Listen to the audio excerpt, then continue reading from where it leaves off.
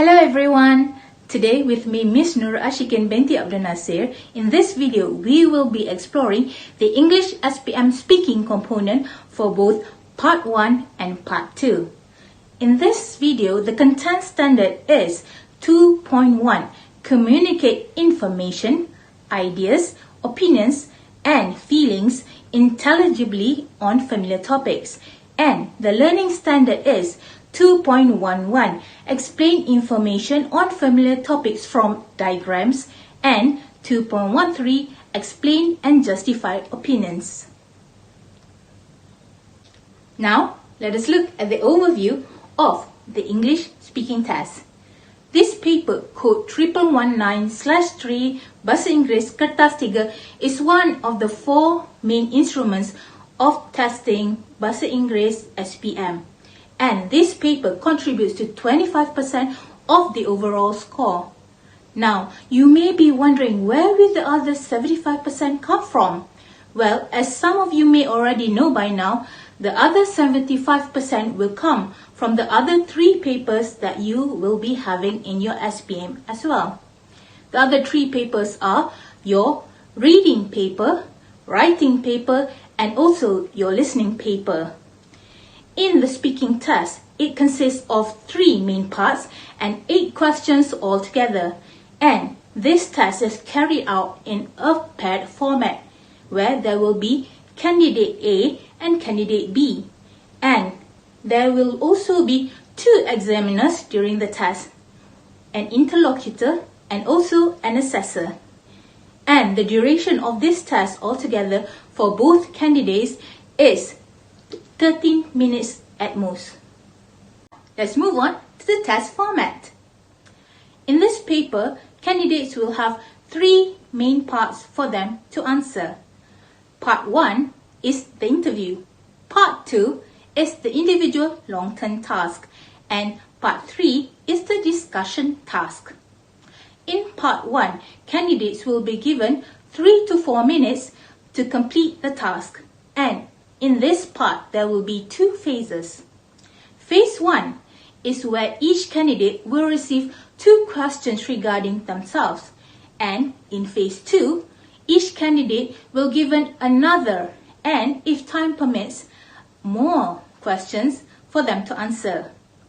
Moving on to Part 2, the individual long-term task. In this part, candidates will also receive 3 to 4 minutes to complete. In this part, there will be 2 topics with prompts for both candidates, whereby each candidate will receive a different topic each. And then, each candidate will answer a question based on their partner's topics. And last but not least, in Part 3, candidates will get 4 to 5 minutes to complete the task. In this task, candidates will be given a mind map with 6 points, and there will be 3 types of questions for the candidates to answer. The types are a discussion question, decision question, and extension question. Now, please allow me to remind you once again that all the time allocated in each part is not just for one candidate, but is for the both of you. Now, let us look at the speaking test seating arrangements. If you look in the picture beside me, you will see that in this room, during the test, there will be only 4 people present. Candidate A, Candidate B, an interlocutor, and the assessor. The seating arrangements will be in the manner as Candidate A and Candidate B will sit side by side, and right in front of them across the table is an interlocutor, and slightly behind the interlocutor is the assessor. During this test, out of the 2 examiners, only the interlocutor will be communicating with the 2 candidates, and the assessor will remain silent mostly. Now, let us move on to Part 1, the interview. In this part, the candidate output is to respond to questions by giving information about yourself, giving opinions, talking about your present situations, talking about your future plans, and also talking about your past experiences. Let's look at part 1 a little closer. In part 1, the interview, the interaction will mainly be between the examiner and the candidate. And for both candidates, the time allocated is 3 to 4 minutes. There will be 2 phases, and in phase 1 is the general introduction, where candidates will speak about themselves. For example, the questions can be, what is your name? Where do you live? And how old are you? In part 2, the questions will be focused on specific themes, where candidates will talk about topics that they are familiar with. For example, what do you do after school? Or what do you do on Sundays? Or what is your favorite pastime? Now that we are done with part 1, let us move on to part 2, the individual long-term task. In this task, the candidate output is to sustain longer talk, to produce a coherent and clear message using accurate and appropriate linguistic features, and to organize ideas to convey a convincing opinion. This will be done by describing people, places and situations, explaining and giving reasons, expressing and justifying opinions, and talking about past, present, and future experiences. Now, let us look at all the steps in part 2, the individual long-term task. In this part, there will be 6 steps altogether. Well, it may seem like a lot, but actually step 4 to 6 is a repetition of step 1 until 3. So what is in step 1 until 3? Step 1 is when candidate A will be given a booklet that contains a topic related to his or her experiences and prompts on what he or she should talk about. And once they receive this booklet, they will be given 20 seconds to prepare. In step 2, after the 20 seconds of preparation, candidate A will be given only 1 minute to complete the task. And last but not least, in step 3, the interlocutor will then turn to candidate B, and candidate B will be asked a question relating to candidate A's topic. And for this question, candidate B will only be given 20 seconds to answer. And next, step 4, 5 and 6 will be a repetition of step 1, 2 and 3, but instead of candidate A, it will be candidate B, and instead of candidate B, it will be candidate A. Now that we are done with all the steps in part 2, let us move on to some sample questions for this very section. If you look on the screen beside me, you will see a set of questions for this very section. The topic given is your favorite movie. And when answering this section, you may use all the prompts given to help you out. For example, in this set, the first prompt is, what is the title of the movie? And then prompt number 2 is, what is the movie about? To answer this, you can talk about the genre of the movie or talk about the synopsis of the movie. And the next prompt talks about whether you like the ending of the movie or not. Now, please be careful. Be aware that it talks about the ending and not the beginning. And once you have answered whether you like it or not, justify your answer with a reason. And then the last prompt talks about, would you recommend the movie to a friend? And then justify it again with a why or why not. So once you have answered all these questions within maximum 1 minute, the interlocutor will then change to your friend and ask a question or two regarding your topic. examples of questions that can be asked is, what is the most memorable movie that you have watched? And would you like to watch it again? Why? And that is an example of questions that may be given in part 2. To help you understand better this section, we have provided you with another 2 sets of questions for part 2 in this video. So in the first set of Practice Makes Perfect, the topic given is for you to talk about your idol. So first and foremost, make sure you understand what is the meaning of the word idol, which I think is very relatable to everyone nowadays. So what is an idol? An idol is a person that you generally look up to and probably want to become one day. An example of an idol could be a singer, an actor or actress, a public figure, or it can be anyone around you, a family member, a teacher, your friend, and others. So, in this set, the prompts given for this very topic is, who do you consider to be your idol? So be specific. Give a name for that very person. And then, question number 2 is, why do you feel that way? So give a reason and feeling as to why you idolize that very person. And then, question number 3 is, what can you do to be your idol?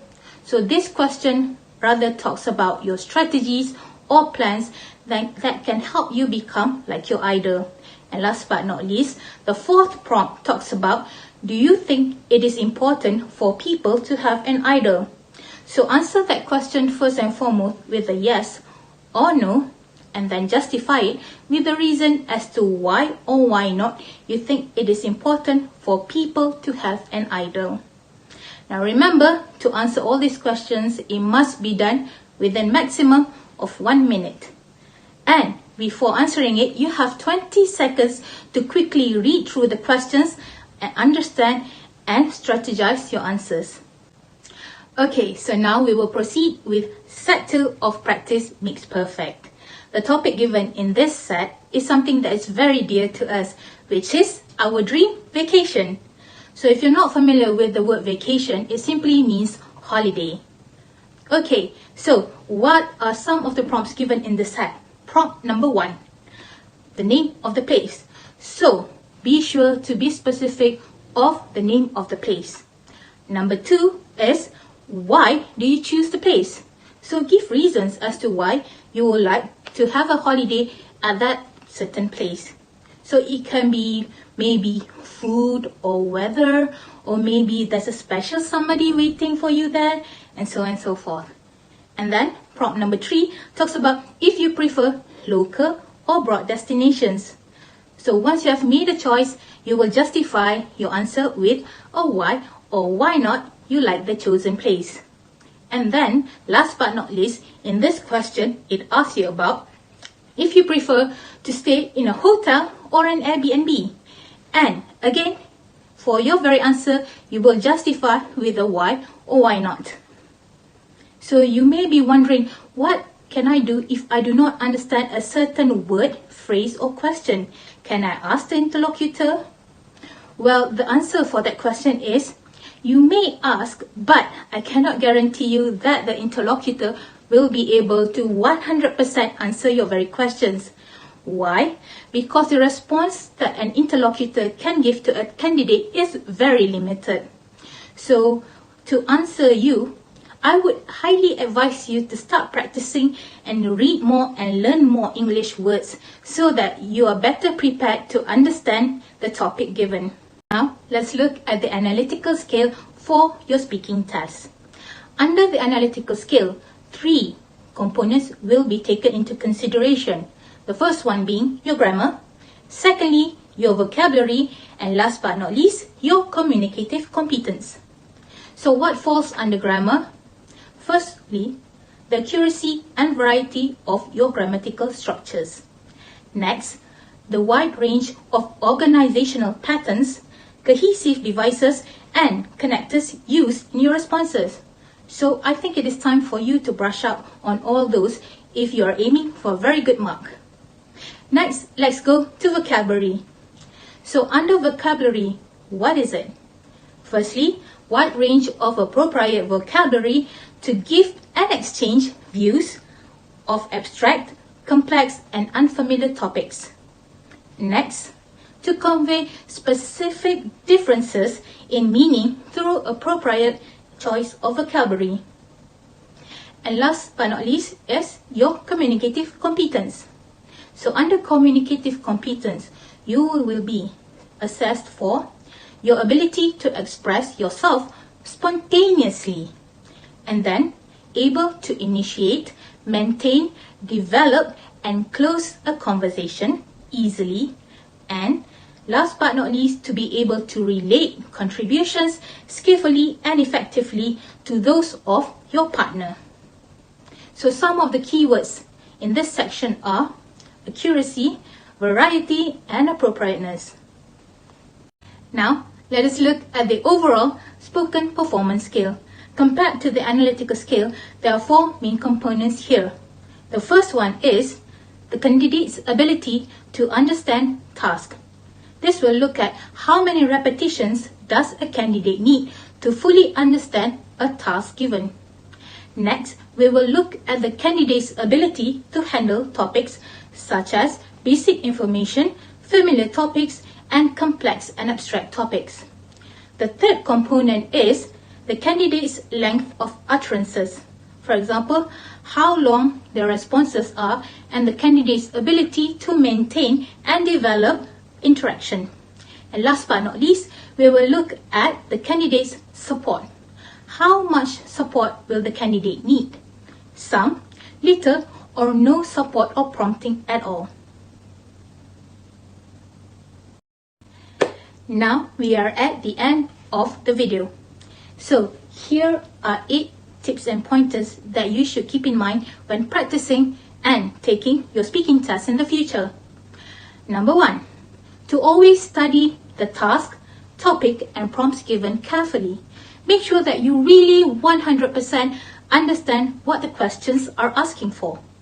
Number 2, take a few seconds to think, develop and organize your thoughts and ideas. Next is to always try to add relevant details and information whenever possible, such as give examples. And then number 4, to always use full sentences in your responses. Try to use proper English words and try to avoid urban and short-term slangs. And then next is to start practice speaking English with another person. The other person can either be maybe a family member, a friend, or even your teacher. It is best that you start from now, so that during the test, your conversation appears more natural. And then, make sure to keep eye contact with your interlocutor. Now, making eye contact does not mean for you to stare into the eyes of interlocutor. Just a nice, friendly eye contact would suffice. And then, number 7 is to speak in a calm and confident manner. Try not to shout so much because you may look a bit aggressive, but try to not to sound so timid, because you have to make sure that the assessor slightly behind the interlocutor is also able to hear and understand what you're talking about, because they are also going to be giving you the marks. And last but not least is to always be comfortable and at ease before and during the test. There is absolutely nothing for you to fear for. No one is out there to get you during the test. So what is there to be afraid of? Just have fun and be happy. Okay? So I would say chill, don't worry, you got this. So thank you very much for watching this video till the end. And I wish you nothing but the best in your future speaking test. Remember, this is your chance to prove how good of an English speaker you are. Go ahead, flex those English speaking skills. And with that, thank you and happy practicing.